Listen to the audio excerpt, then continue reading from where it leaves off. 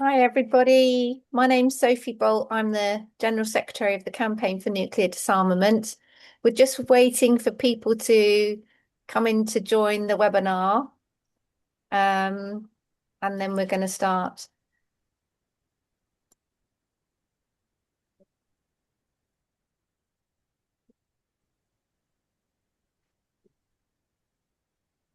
Just got numbers ticking up.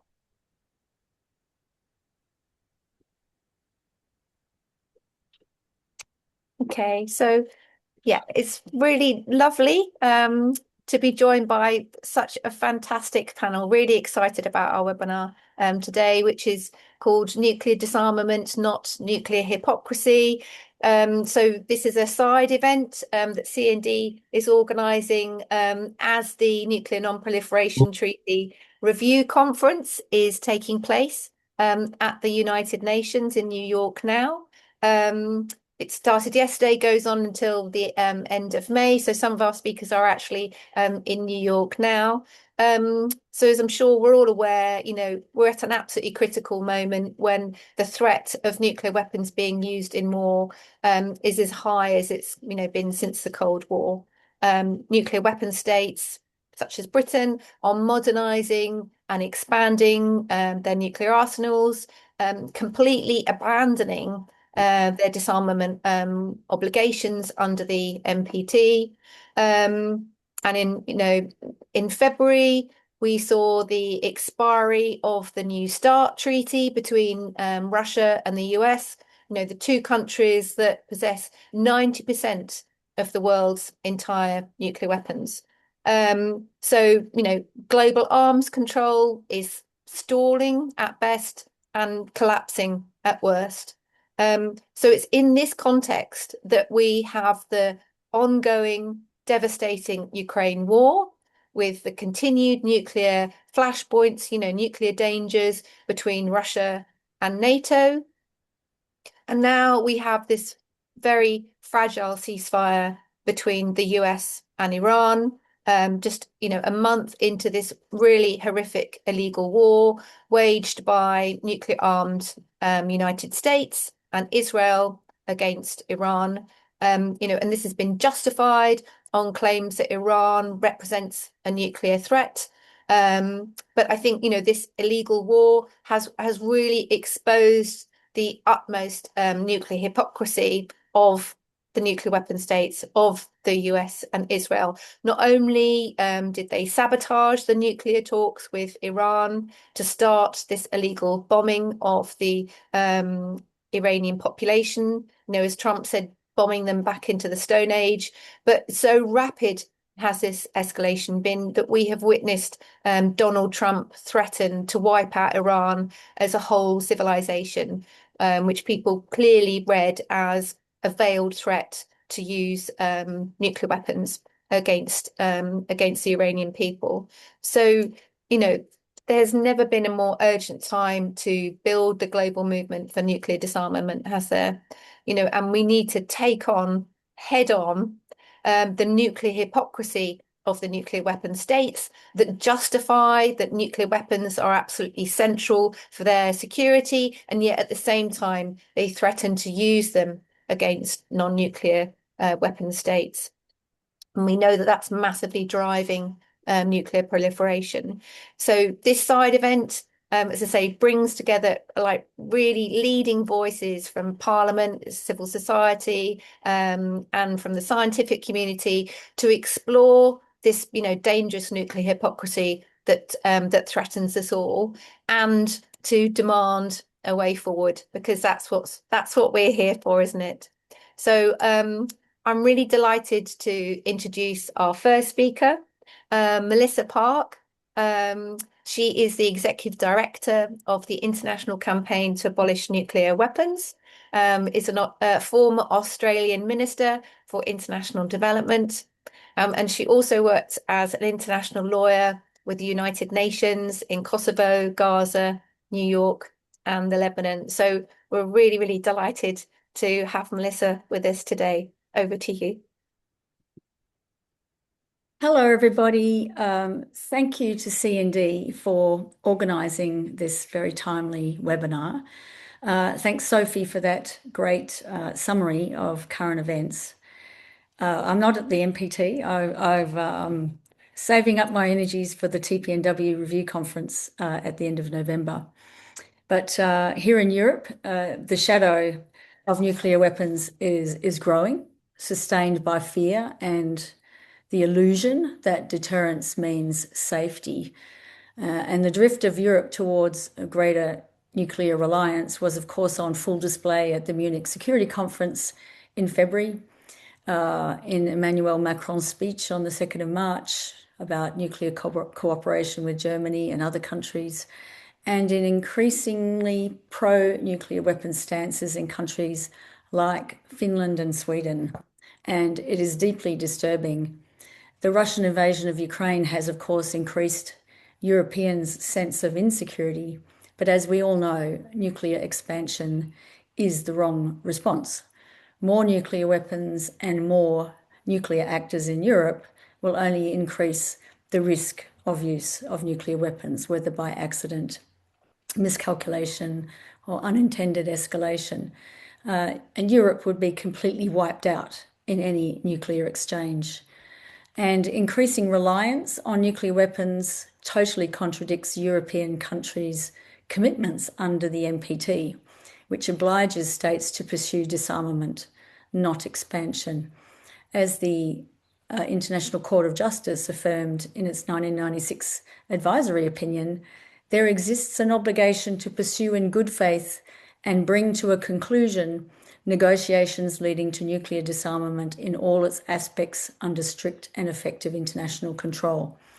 These negotiations must be pursued in good faith and brought to a conclusion, not just a stated intention, not just a long-term aspiration. The court was unanimous on this point. The bottom line is that Europe cannot credibly advocate for non-proliferation globally while reinforcing nuclear dependence at home. And this inconsistency weakens its moral, legal, and diplomatic position. ICAN has just published a report on this topic called the Cornerstone Report that will be launched at the review conference in the coming weeks. It will also be interesting to see the extent to which the review conference addresses the recent attacks, as Sophie mentioned, by two nuclear armed states, the US and Israel, on Iran, a non-nuclear armed state and a party to the NPT, while it was in negotiations with the US over its nuclear program.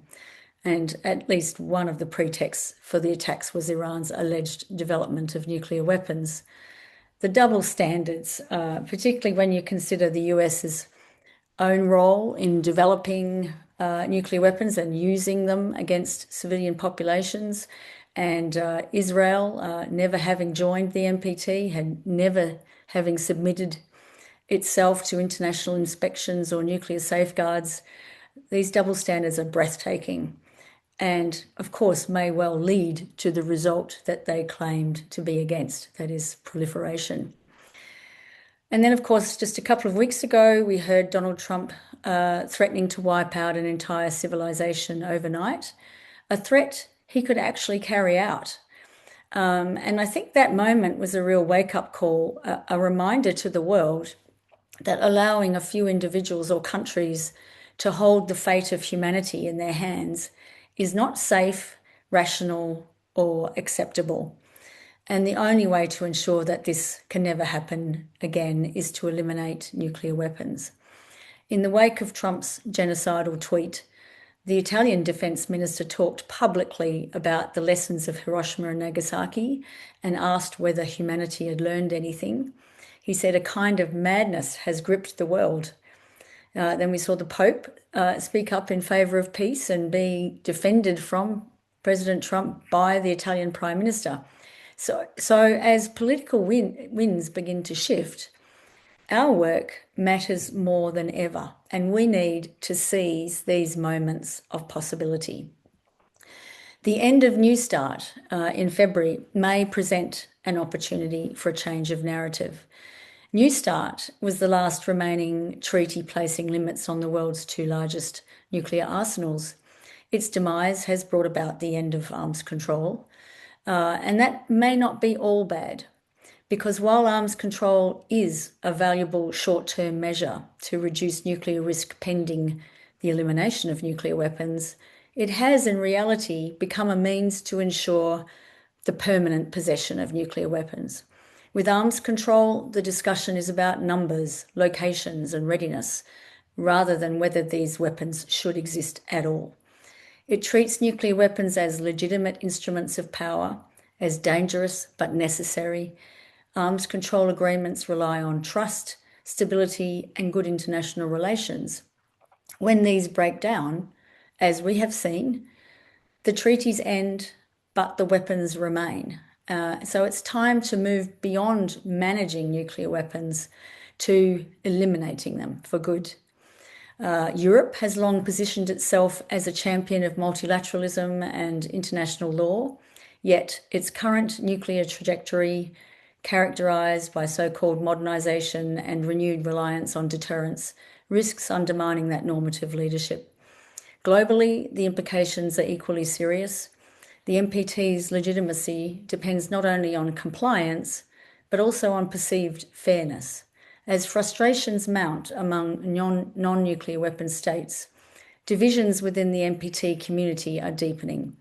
Review conferences have struggled to produce consensus outcomes and reflect growing dissatisfaction with the total lack of action on disarmament.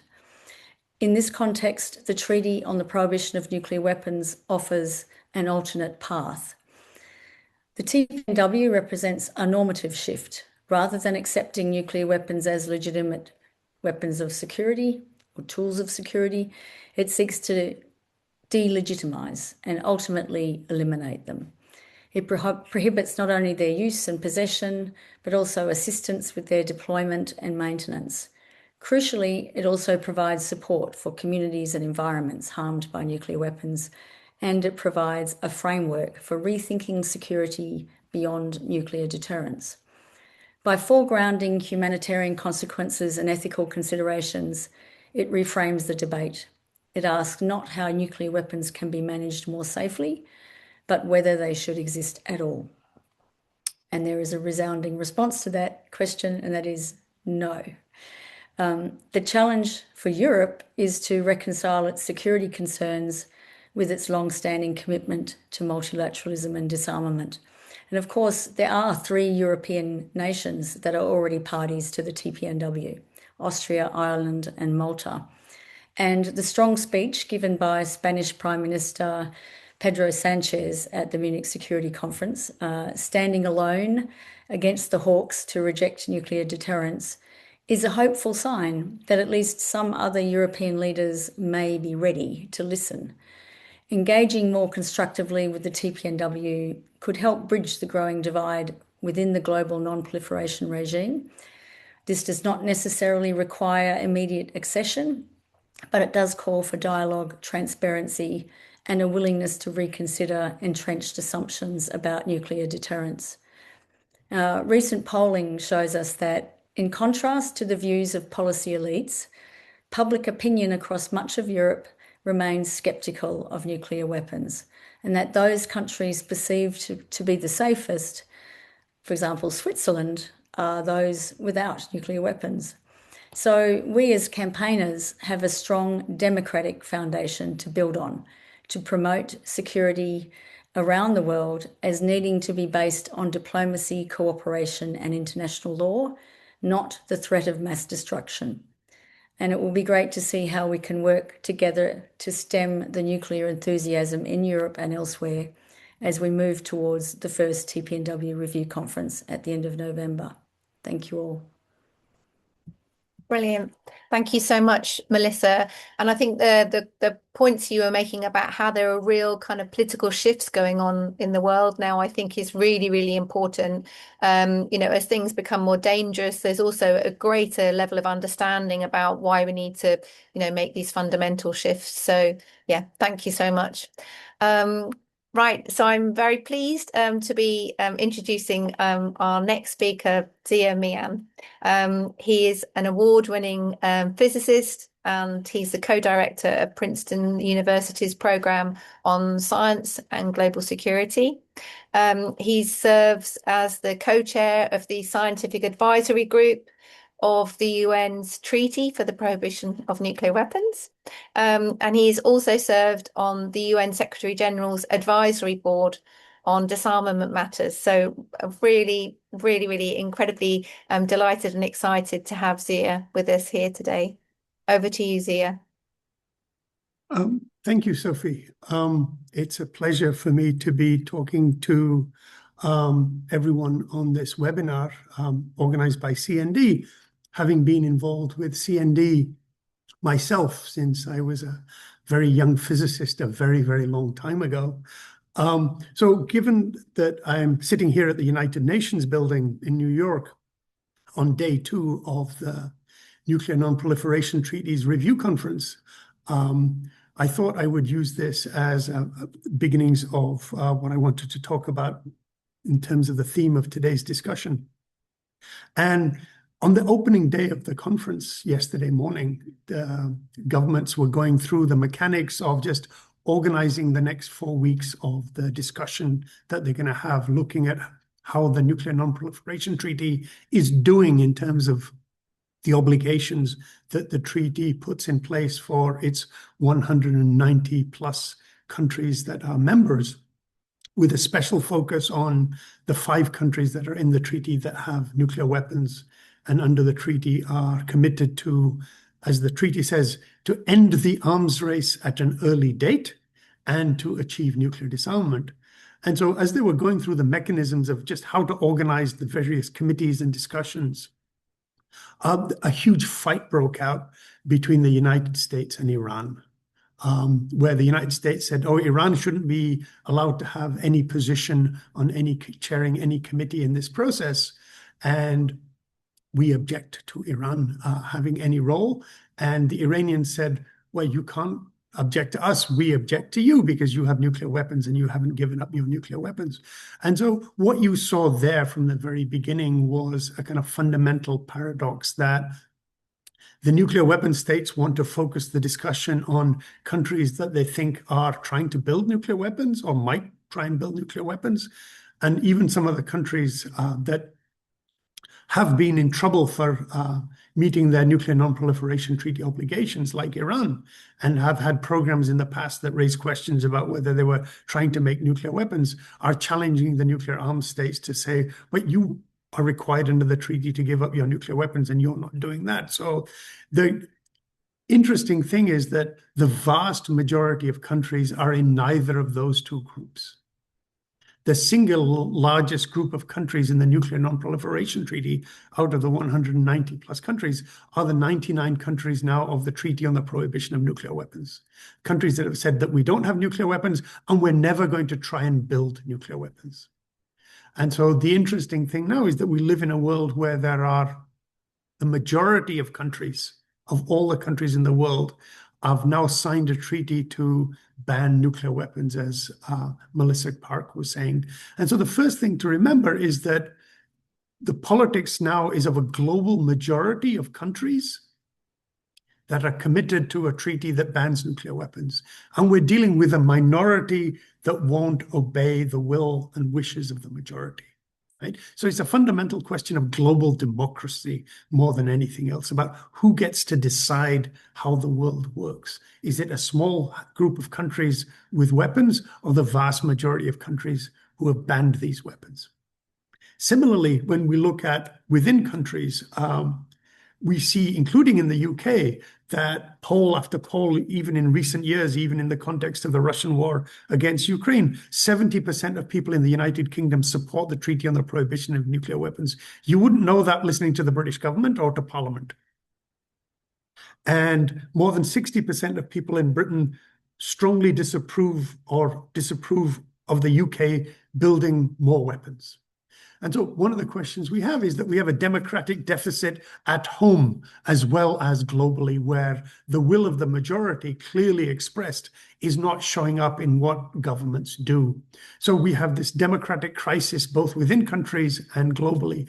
And the third thing I want to talk about is the fact that even the nuclear weapon states themselves, the ones who say, look, we're trying to defend you, to their own people and to their allies, we're trying to defend you, trust us to be able to defend you with these terrible weapons, we can now see that they actually don't know what they're doing.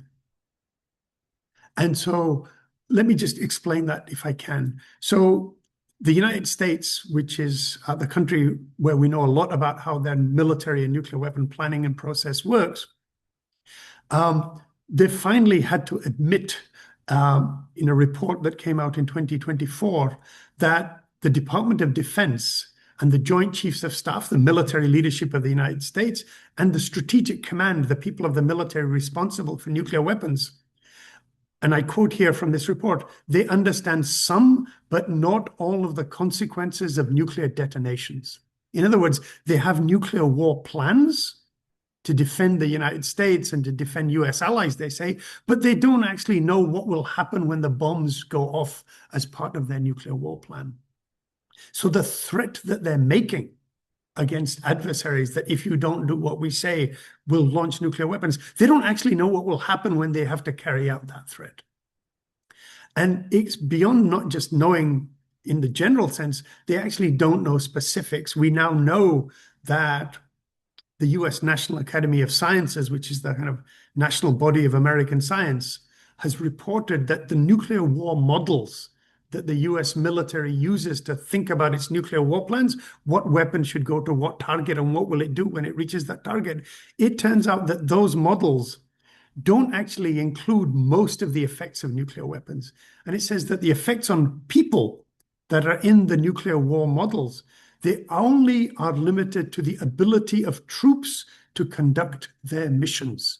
So that's a direct quote. The only impact on people that they include in their nuclear war models are the impact it would have on troops to complete their missions.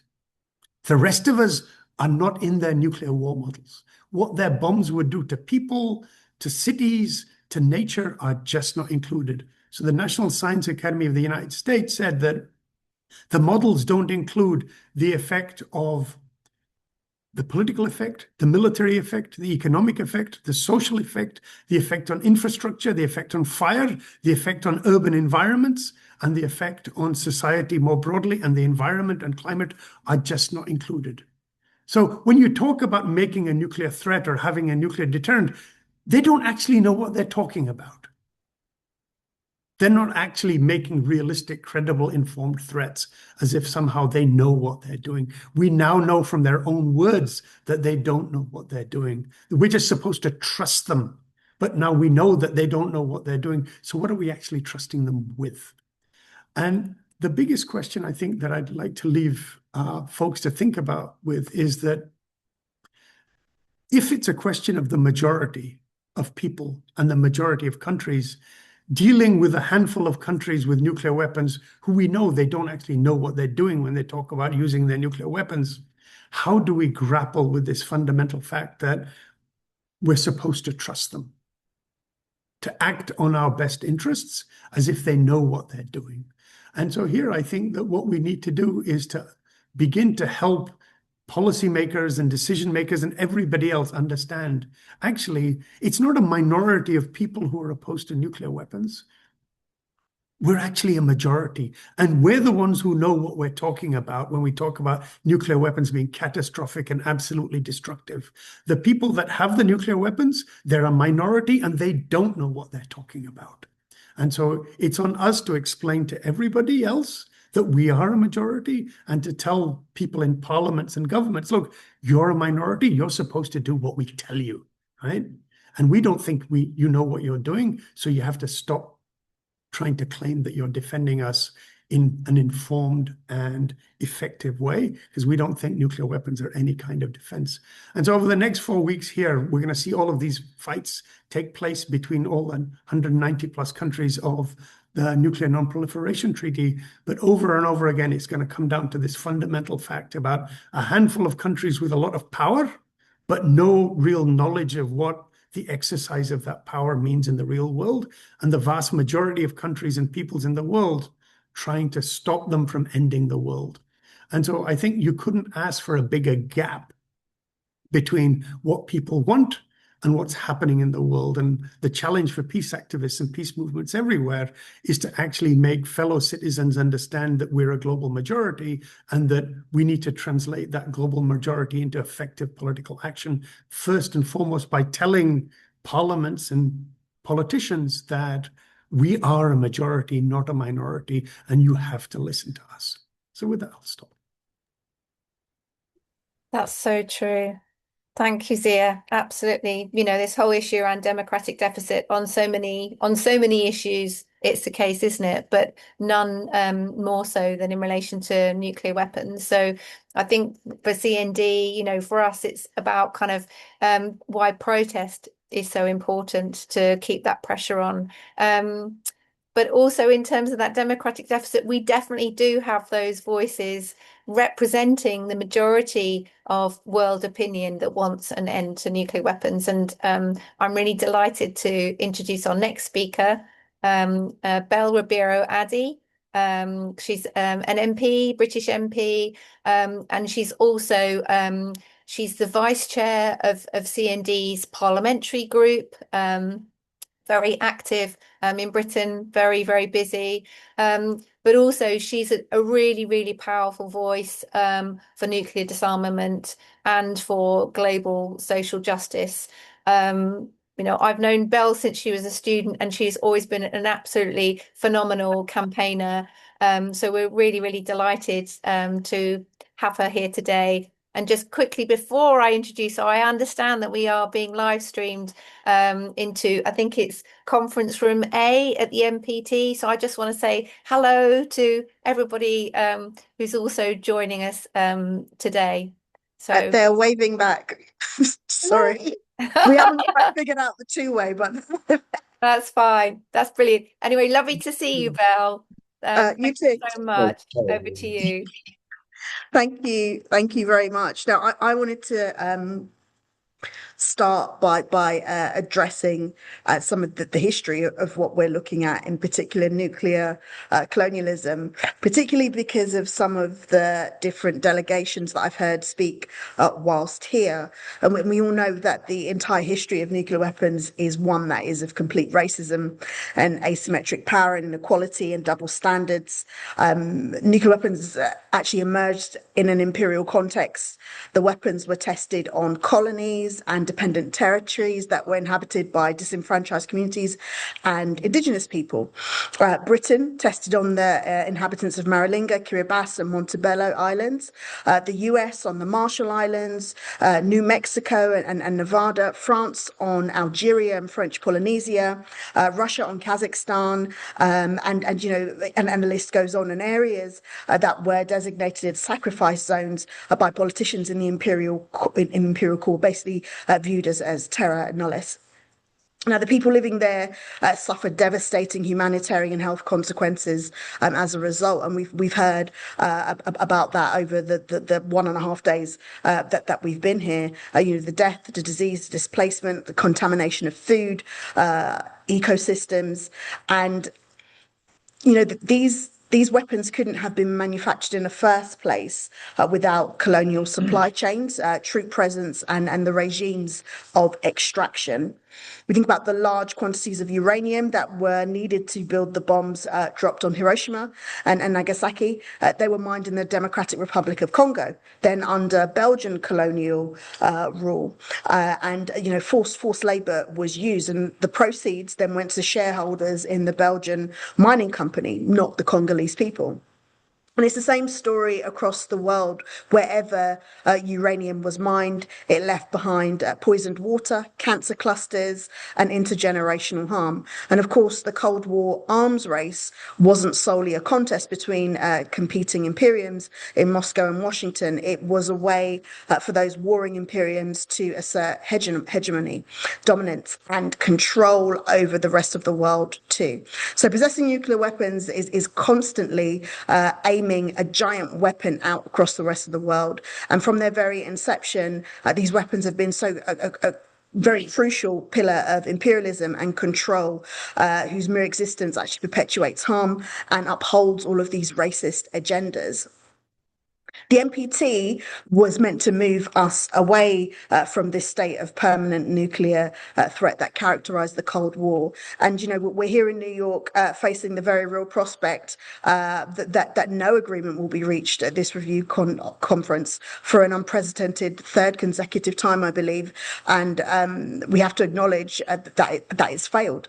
And even though in that failure, I think it's important for us to also acknowledge that the global majority is fighting back. We now have the UN Treaty on the Prohibition of Nuclear Weapons that's been signed by 122 countries so far, not Britain, which claims that the NPT is the only credible route to universal nuclear disarmament.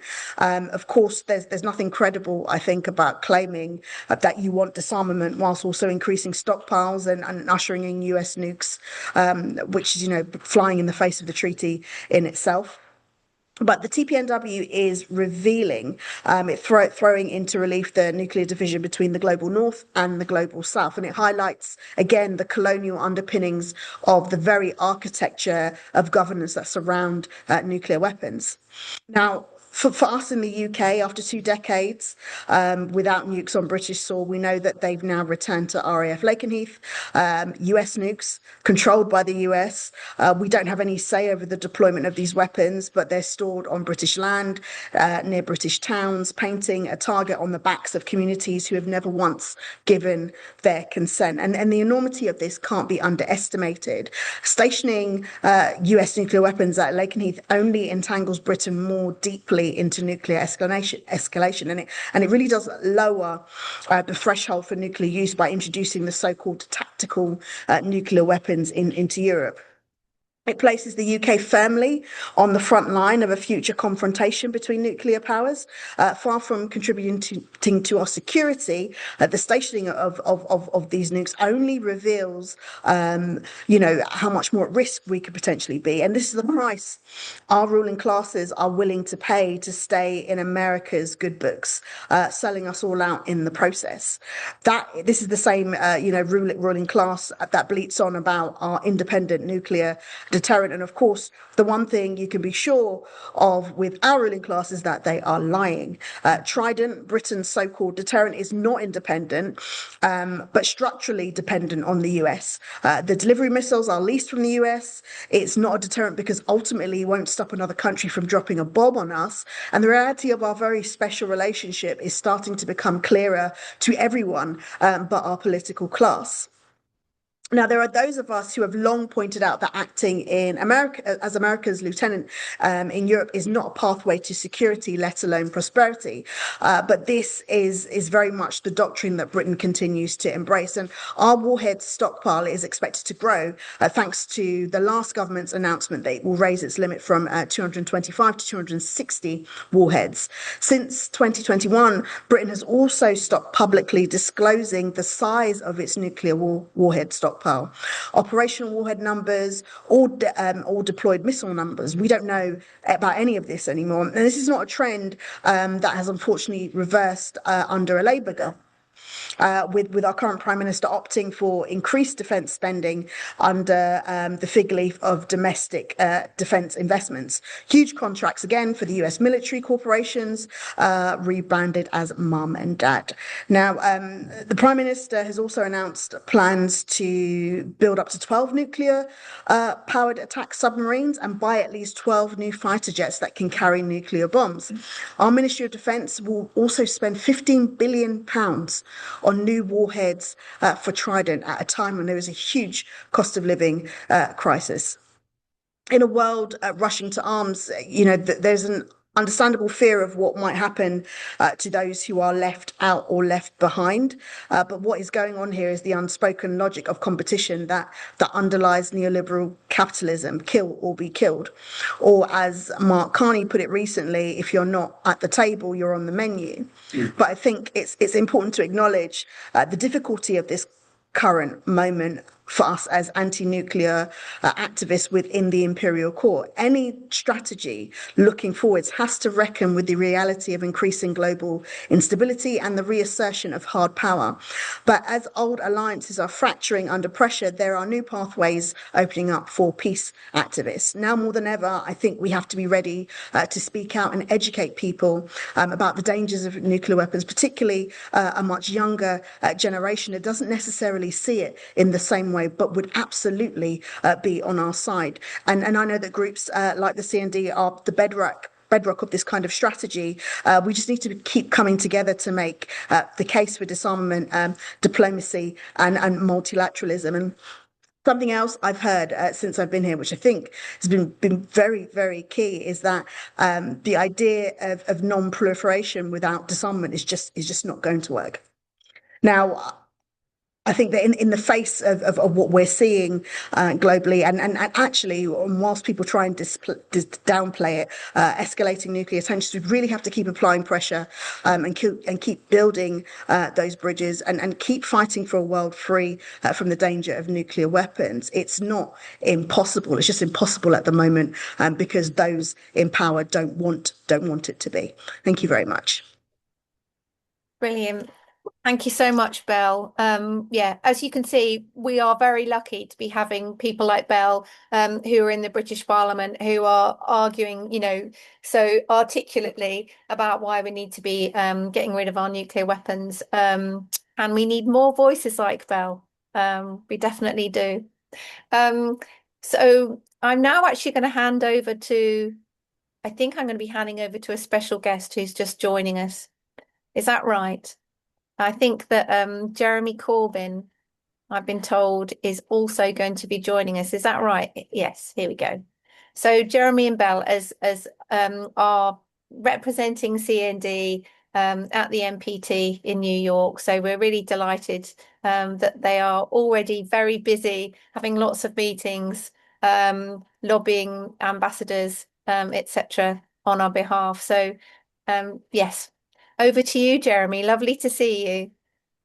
Sophie, lovely to see you too, and hope things are going well with you, because I know the forces of the state don't like you very much at the moment, and they're after your head. Thank you. I'm fine. But I'm sure you will survive. I will.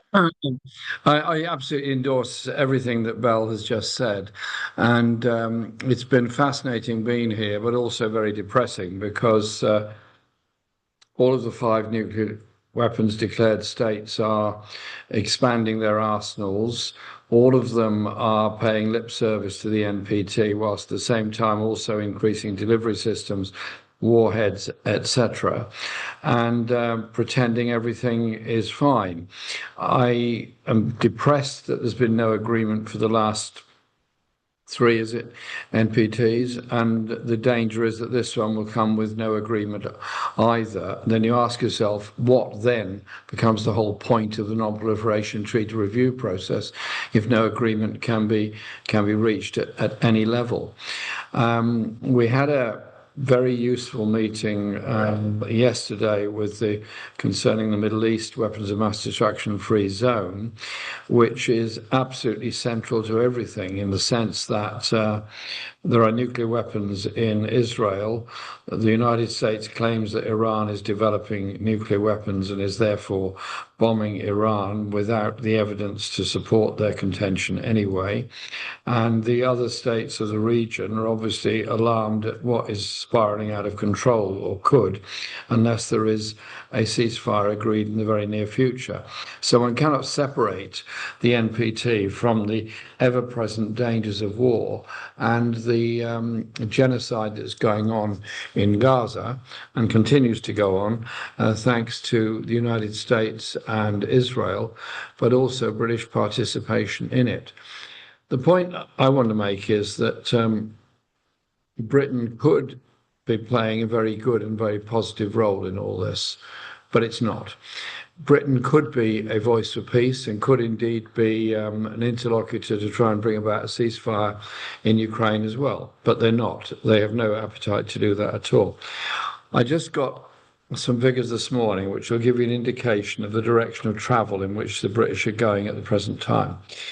I've got here figures on the levels of capital spending by each government department. 24-25, 22.7 billion is spent on defence, 5.6 on education, 8.3 on housing, even though housing is supposed to be an enormous priority. Fast forward throughout the whole process up to the 6-year total. By the end of 6 years, Britain would have invested 166.4 billion in capital spending in defence, would have spent 54 billion on housing, and 90 billion on 43 billion on education. In other words, 4 times as much on defence than on education, 3 times as much as on housing.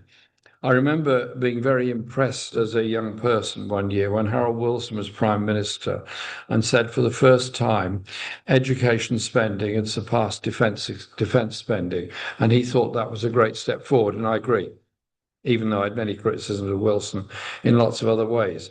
The danger is we're now on a trajectory of a vastly increased defence industry, claiming it is an economic generator when there is very little evidence of that. And on the global scene, what we're doing is not preventing war, but actually promoting and provoking wars by developing ourselves into a global military establishment in a way that we pulled back from 40 years ago. So being here is fascinating because one meets a lot of wonderful peace campaigners that have been spending their whole lives on this, and meeting the people from Hiroshima and Nagasaki who asked me specifically to come to this conference. I hope that from this conference we'll sort of move to much more attention and pressure on the global ban idea on nuclear weapons. It's now signed by a very large number of countries. And what would be good would be at the end of this NPT process next month, even if there's no agreement on the NPT, a very strong declaration on a global ban on nuclear weapons by those nations that have already signed it would be a good step forward. And that would also, I believe, help to give some confidence and some hope to the many people in Europe and North America who are seriously campaigning for a peaceful and sustainable world, in a world free of nuclear weapons. I've no idea what that is, but apart from being very... You're right. We can't hear anything. Conference room, one, two, and three. Please make your way to the garden door. We're not in that, we're in A. So We're in A. We're in A, so we're okay. Sorry. There's apparently a fire alarm somewhere else in the building. Okay. Are you all right? Oh, we're fine. Okay. All right. Well, When the voice has gone down, I'll continue.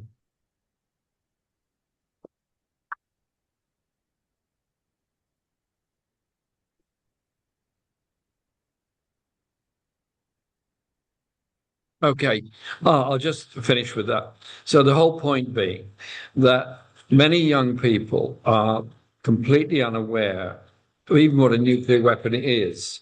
And they are people that need to be persuaded of this. I think the campaign for a global ban is something that is easily understood. and easily explained to people in a far easier way than it is to explain the complexities of the Nuclear Non-Proliferation Treaty. And also the contribution Belle just made was very profound, because she has pointed out that development of nuclear power and of nuclear weapons has resulted in horrific levels of pollution, particularly in the Congo, but also in a number of other countries, such as Niger and many other places. We're now being told we've got to leave the room because the fire alarm is active for apparently this part of the building, which we didn't think it was. Okay. So we'll have to call it off there. We can resume later on. Get rid of nuclear weapons and bring about world peace. All right, then. All the best, Jeremy. All the best, Belle. Yeah. Thank you very much. Sophie, I'm also being told that I have to leave the building. Oh my goodness. What sorry. about you, Jackie? Is the same applying to you? Oh my goodness. Oh dear. I think we might have lost Jackie as well. Yeah, I think we have. Okay. I'm sorry about that, folks. We've sort of lost we've lost our NPT speakers. So yeah, I'm sorry. Well, we've got Melissa still with us, I think. Yeah. Yeah. Okay. So if you're all right, we've got just sort of 10 minutes left of our webinar. So we do have some questions. So feel free to answer any of these if you would like to. I'm just going to kind of very briefly kind of précis them, because some people write very short questions, some people write quite long ones. But we've got one from Philippa saying, what are the origins of the New START Treaty, and why does it even have an expiry date? So that might be one that you might want to look at. I think Mia had indicated that he wanted to answer that, so perhaps he's still, I know he's still connected, so perhaps we'll go to another one and he might. Yeah, no, totally. I was just going to go through them and then you can just decide which out of them you would like. So I think you might be able to see these yourself actually. So Laurie Johnson talking about the founding NPT, when it was a sort of established, sort of determined to overrule human rights and decolonization structures that were attempting to hold to account, the impacts for uranium development and nuclear reaction. So, how can we turn the conversation back to that sort of pre-NPT international focus on compliance, human rights and the whole issue around decolonization? So that might be something that might be a bit. I'm happy to talk about that. I mean, I actually think TPNW. Yeah, I'm going to say I don't think we need to go back. I think we need to go forward, and the TPNW does provide a kind of focus on human rights, and it's led from the global south. The TPNW is really democratizing the nuclear weapons debate, taking it out of the hands of the Permanent Five of the Security Council, all nuclear armed states, and bringing it to the General Assembly, where every country has an equal vote. The TPNW is upholding international law and multilateralism at a time when those things are increasingly under threat.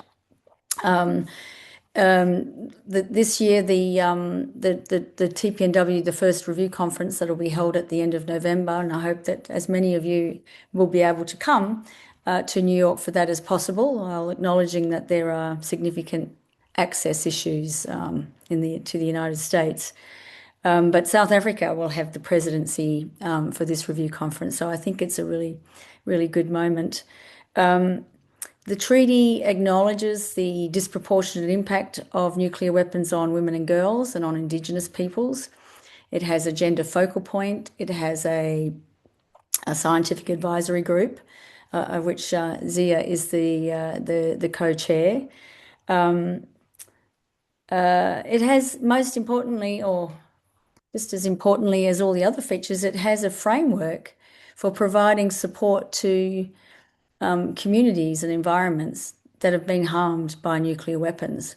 And so the TPNW is actually a kind of human rights treaty itself. It's a feminist treaty. It's, I think, an environment treaty because it really does encompass all of the aspects that have been disturbing about the NPT process. And in fact, it's very participatory.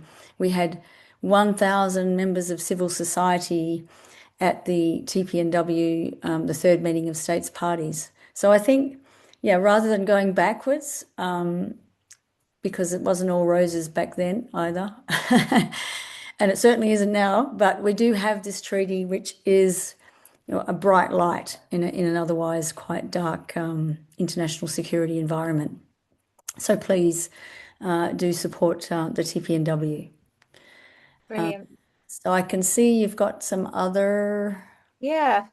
I was thinking, I thought quite a good question from Adrian Turney, sort of saying, given in the current the current framework, global framework, is very much creating sort of double standards between the nuclear weapon states and the non-nuclear weapon states. And we certainly feel that in terms of sort of CND, that that's very much the case, isn't it? That there's sort of this kind of club. The haves and the have-nots. Yeah, exactly. And of course, the NPT was never meant to be. The NPT ultimately, even the name was a bit of a bit misleading because it's called the Non-Proliferation Treaty, but it actually is the Non-Proliferation and Disarmament Treaty. And the disarmament part's been almost totally ignored by the nuclear weapon states. But they have been very active in ensuring non-proliferation. So we've only got 4 more states apart from the original 5. And so, yes, they've been very diligent in policing the non-proliferation side and not in upholding their own legal obligations to enter into good faith negotiations to bring about, an end to nuclear weapons. And that is really being highlighted. That hypocrisy is being highlighted in this webinar. It's being highlighted in ICAN's report that we've just published that will be officially launched at the NPT review conference called the Cornerstone Report. And it is meant to be kind of ironic. So I encourage you to have a read of that. Brilliant. Thank you. Yeah. I understand that Jackie is actually with Belle. Oh, is that right? And I think that she just wants to say hello. Is that right? That's what I've been told. Here we go. Oh, she's outside. Belle's outside. Hello. This is exciting. Hi there, Belle. Hi, so I'm going to leave one. Pardon? Somebody, people, stop it. Jackie, Keep fine. there you go. What? Hello. Brilliant. Okay. So I had to be evacuated without my remarks written out, and I will be happy to send them to you. But I can just say briefly, I ended with a quote, which is one of the most inspiring quotes I've heard in a long time, from just this morning. A high school student from Hiroshima speaking in the Mayors for Peace Youth Forum, who very passionately declared, "We are young, but we are not powerless. We can't change the past, but we can change the future." And I thought that was an apt summary of the way we need to be thinking about things. Yeah, most definitely. So this is Jackie Cabasso. She's the executive director of the Western States Legal Foundation and an incredible peace activist. So I'm really sorry we haven't been able to hear your full speech. But thank you so much for. Yeah. I will send you the text. Yes, do. I'll send you the text. Okay. Yeah. Okay. All right then. Well, look. Sophie, you got any more issues or questions? As we're now in the garden outside, just next to the river, which is very pleasant, actually. We've got 4 minutes left on our webinar. We've only got 4 minutes left. I said what I need to say earlier. Yep. My message is we've got a campaign for the global ban. We've got a campaign against arms expenditure in Britain, and point out that all these billions that are going on to weapons of mass destruction by Britain are billions not going on housing, not going on education, not going on environmental sustainability, and not going on overseas aid either. We're going in totally the wrong direction, and the government needs to be told that. And I'm doing my best to tell them. Brilliant. Thank you very much.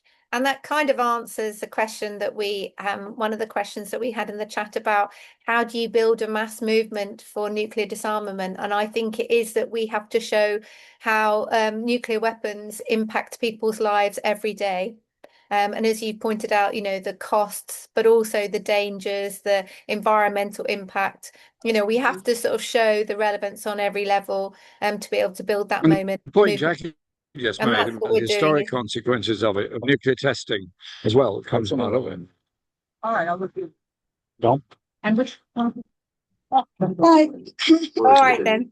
All done? Okay. Bye again. Sorry. Okay. Thank All you the so much for putting up with our. It's quite all right. It's absolutely fine. Lovely to see you. All right then. Thank you.